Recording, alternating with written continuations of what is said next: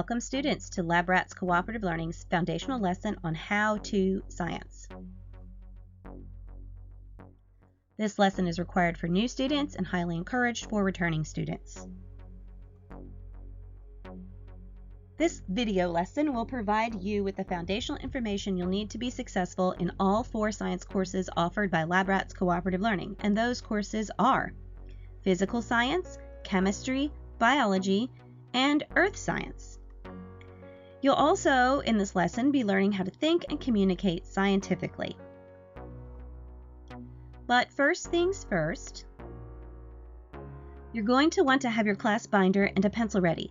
If you don't have your binder physically in your possession yet, that's okay, because all of your binder materials are accessible through your student Dropbox, and you should have already received a link to that. If you haven't already done so, read or skim through the syllabus and preface sections of your binder. Now, if you choose to go on to college, you're going to find that reading a syllabus is super important. So just start that habit now. With every class you take, if a syllabus is available, read it. In this case, syllabus and preface. You'll notice that your binder's pages are subdivided by section and are numbered accordingly within each section. Grading. Now, we're going to discuss assignments a little bit here, so keep your grading scale in mind for context. Weighting, or how much each type of assignment is worth, is similar for most courses and can be found in your binder's preface for each specific course. Once you have skimmed and read through the syllabus and preface, turn to the first page of Lesson 1. You'll find that directly behind the divider that says Q1, which stands for first quarter. Flip through the pages of Lesson 1 and notice the blank spaces. You're going to often have blank spaces to fill in as part of your weekly assignment. You'll fill in the blanks as you work through each week's lesson while reading in your textbook, which is what you do most of the time, or while watching a video like this one, for example. These pages will remain in your binder. You're not going to turn these in. They're for you to study and to help you prepare for tests. You will also have a homework assignment, usually each week. You won't have homework the week before a test, but you will have binder work assignment, and we'll go over homework and binder work and how that works in a minute. But this page will show you whether your homework, this last page of your lesson, will show you whether your homework is to be completed online through your portal, or if it's to be completed on paper and uploaded or even handed in. If you haven't already logged into Teachers, you'll want to pause and do that right now, but your first 2 pre-class assignments involve you logging into Teachers, so hopefully you've already done all that. Homework and binder work. So one category of assignments on which you'll be graded is homework binder work. This category of assignment is worth 15% of your grade.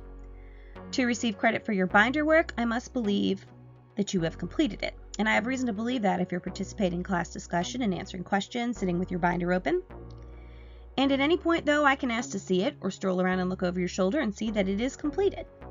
Most homework binder work assignments are going to begin with an unrelated and often silly question. There's no way to get this part of the assignment wrong, so long as you provide an answer. When I see that you've answered the question, it triggers me to credit you for completing your binder work. So if you look at the example here, under number 1, it says, what is your most used emoji? When you answer that question, I have to stop and think back about what happened in class the week prior to this assignment being due. Did you answer questions? Were you participating? And if you were, you'll get credit, no matter what your answer is. To receive credit for your homework, you must turn it in as instructed for each assignment and on time. So of the 15% that the category homework binder work contributes to your final grade, homework is about 10 of that 15% and binder work is about 5 of that 15%.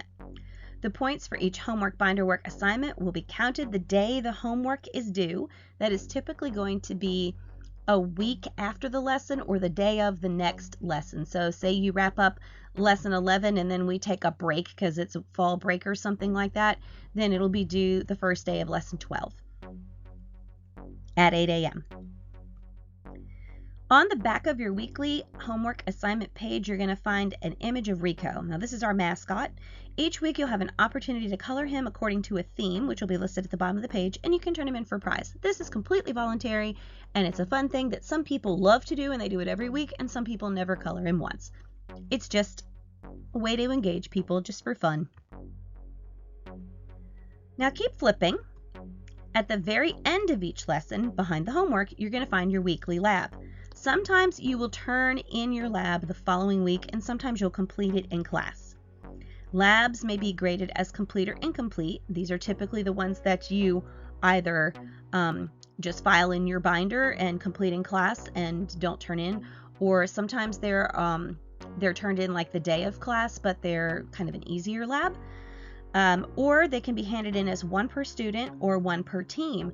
You'll be working in lab teams, which there are 4 teams, and they will trade off and rearrange themselves every quarter. So you'll be working with different people every quarter. And when they are turned in as one per student or one per team, they are scored for a grade. So now let's flip back to the first page of lesson 1. And did you notice that the syllabus entry for lesson 1 is repeated on the first page of lesson 1? So if you look here, you can see the syllabus is over here on the right-hand side of the page, and this is an example from a previous class.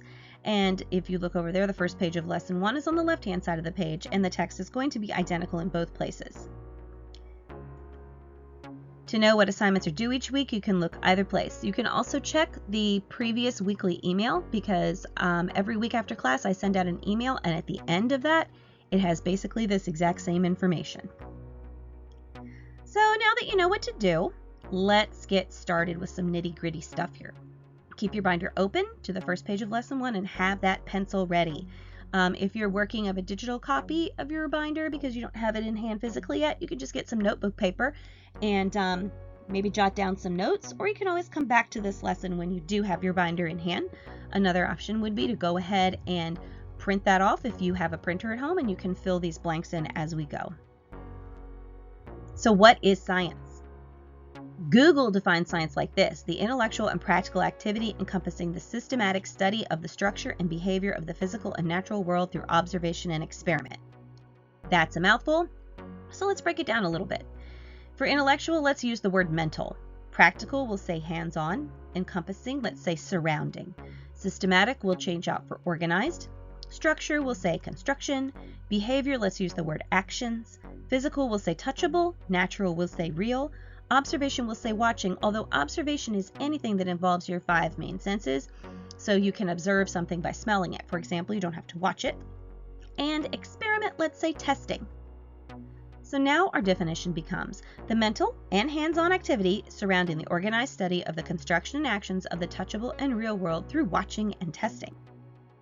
Or more simply, the study of the natural world through knowledge about the natural world that is based on facts learned through observation and experiment.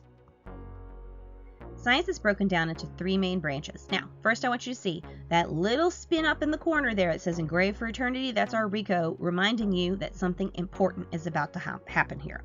So whenever you see that, that should cue you in that this is something to memorize for eternity. Engrave it on your brain. Engraved for eternity. So science is broken down into 3 main branches. They are formal sciences, natural sciences, and social sciences. Your social sciences are things like societies, human behavior. Your formal sciences are things like mathematics, logic, and statistics. And those domains look for absolute proofs. Your natural sciences are generally subdivided into physical sciences and life sciences, and then those are further subdivided. So here, when we teach earth science, chemistry, and physics, we are dealing with physical science. And we actually do physical science, not physics, but it's a physical science. And then life science is where we will find our biology. Life science in general. Biology just means the study of life. So what are the big ideas in the 4 courses taught here at LabRats Cooperative Learning? Well, your big ideas in physical science are space and time, forces and motion, matter and change, and energy. Your big ideas in chemistry are atoms, chemical bonding, chemical reactions. Your big ideas in biology are evolution, energy, information, and systems.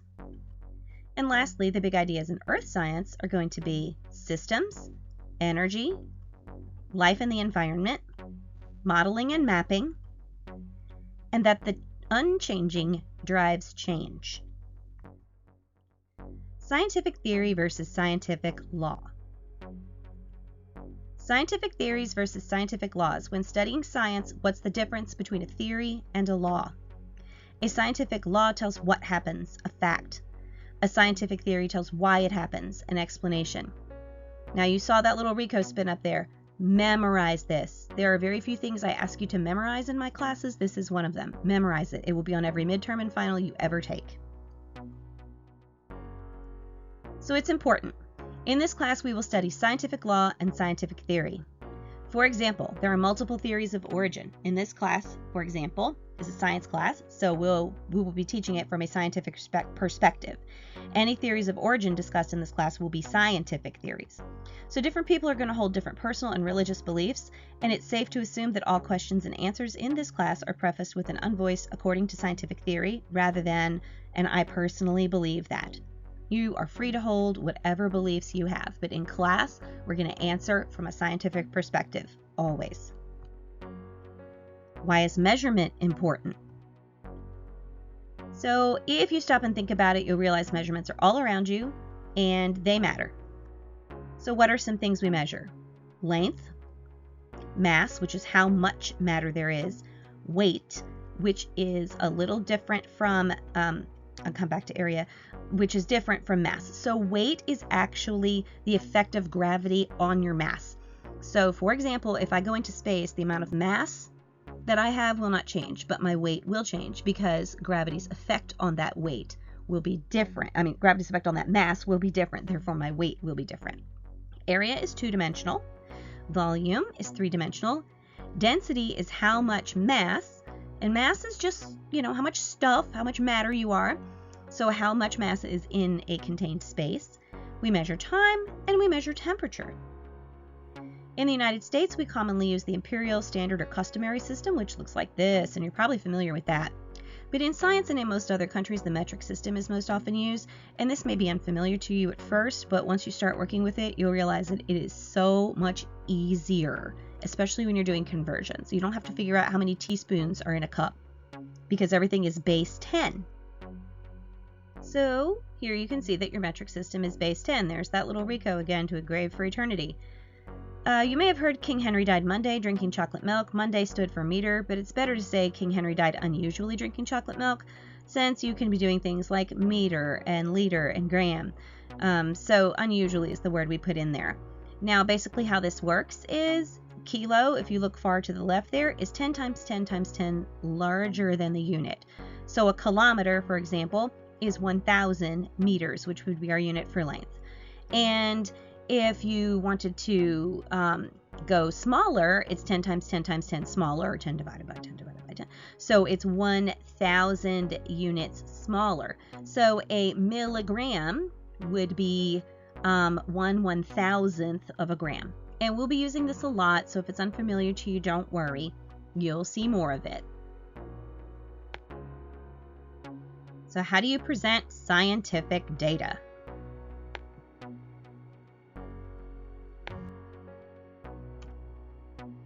So data are the information gathered from observing and testing an experiment.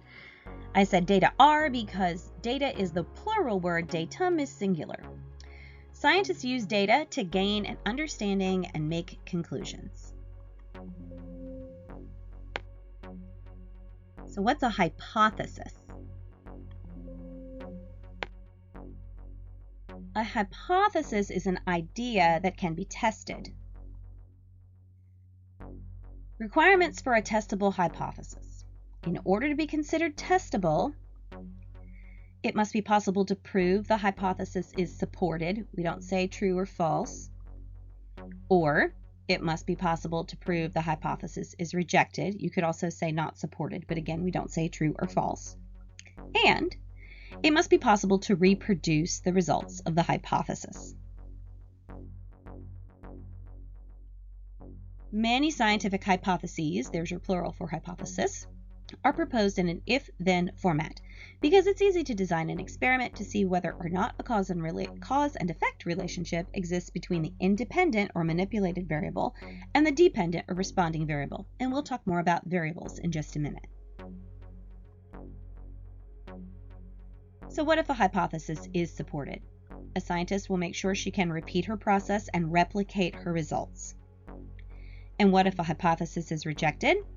A scientist will revise his hypothesis and often repeat the experiment. So now what's scientific method? To test a hypothesis, you use scientific method to conduct a controlled experiment. Scientific method is an organized plan for gathering, obtaining, and organizing information.